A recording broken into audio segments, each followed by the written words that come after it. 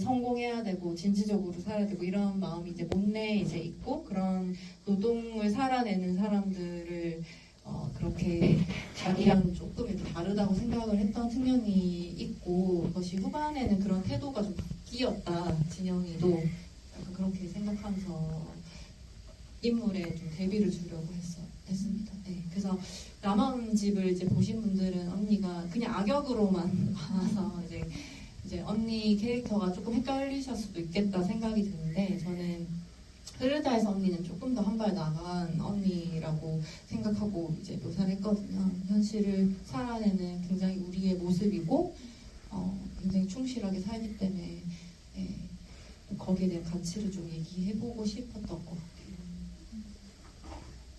또 손들고 질문 주실 분 계신가요?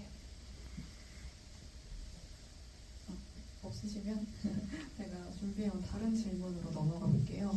저는 또 이 영화가 되게 현실적이다라고 느꼈던 지점 중에 하나가 좀 카메라랑 피사체의 거리가 아닐까라는 생각이 들었어요. 좀 일관된 거리감을 가지고 있다고 저는 생각을 했거든요.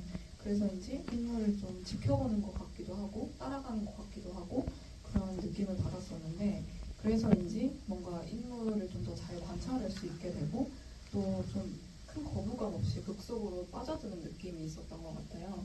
관련해서 두 분께서 좀 생각하셨던 지점 있으시면 말씀해 주시면 좋을 것 같습니다.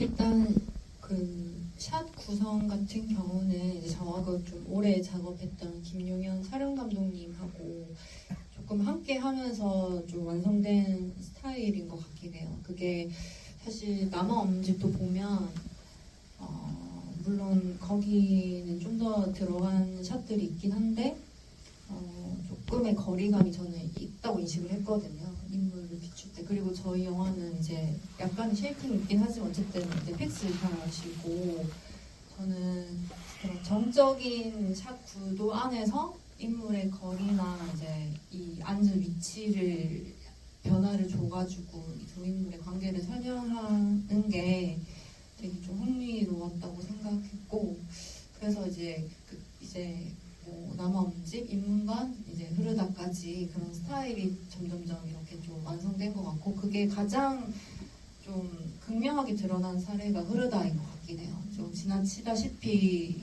이제 카메라를 고정시켜서 인물의 어떤 위치로 설명을 하는 그런 부분이 좀 더 도드라지는 작품인 것 같습니다.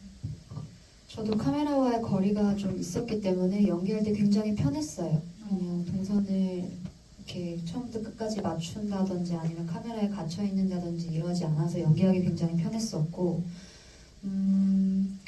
그리고 영화를 보면서 그런 생각도 했어요. 이런 샷들 때문일 수도 있지만 영화를 어떤 사람이 만들고 어떤 사람이 찍느냐에 따라서 또 굉장히 다른 결을 가질 수 있구나. 전 영화 보면서 그런 시선이나 어떤 움직임, 표정, 감정선 같은 것들이 감독님과 정말 닮아있다고 생각을 했었고 그리고 저희 촬영 감독님도 굉장히 조용조용하시고 굉장히 다정한 분이세요. 또 심지어 엄청 잘생기셨는데 그분의 또 그런 어떤 인간적인 모습들이 잘 녹아든 개성이 잘 묻어난 샷들이 많았다고 저는 생각했어요. 그래서 영화도 결국에 누군가의 시선으로 찍는 거기 때문에 이 영화를 보면서 이분들의 나를 이렇게 보고 있구나, 이분들은 진영을 이렇게 바라보고 있구나 하는 것들을 느낄 수 있어서 저에게도 굉장히 즐겁고 신기한 경험이었습니다.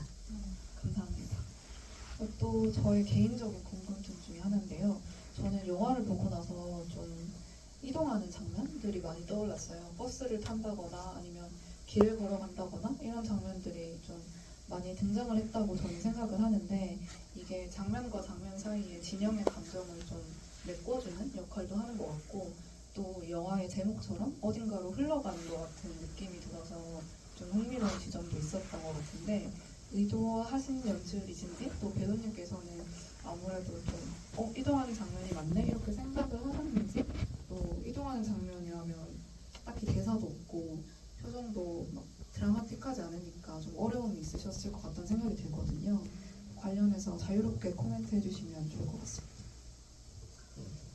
사실 정말 이제 영화에서 자동차 씬을 찍기가 너무 어려운 게 그러니까 그 촬영 자체가 어렵다기보다 이제 차를 촬영하면 사실 나올 수 있는 샷이 얼마 안 되거든요. 그냥 정면 샷이나 백투 샷이나 이제 뭐 약간 옆으로 튼 이제 사이드 샷 정도만 활용할 수 있고 그것을 뭔가 더 할 수 있는 차종이 아무리 달라도 그걸 할 수 있는 여지가 너무 없어서 근데 저 영화는 보시면 자동차에서 대사가 또 무진장 많거든요.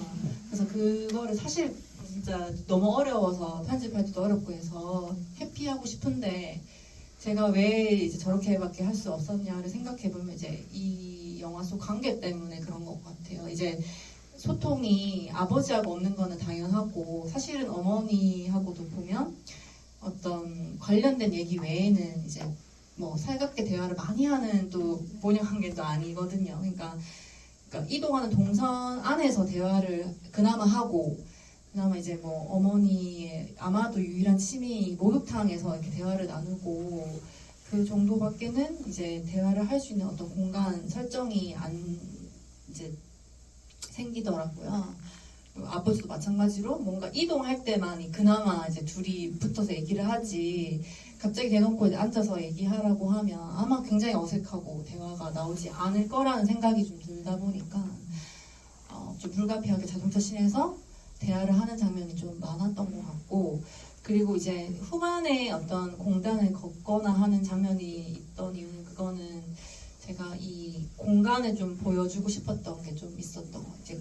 그 공단이죠. 네, 그래서 이제 후반부에 사실은 어떻게 보면 별 사건이 발생하지 않기 때문에 굳이 배제를 해도 되는 장소인데 진영이가 이제 어머니 죽음 이후에 점점 어떻게 보면 이 가족의 장소로 이동을 하게 되잖아요. 공장에.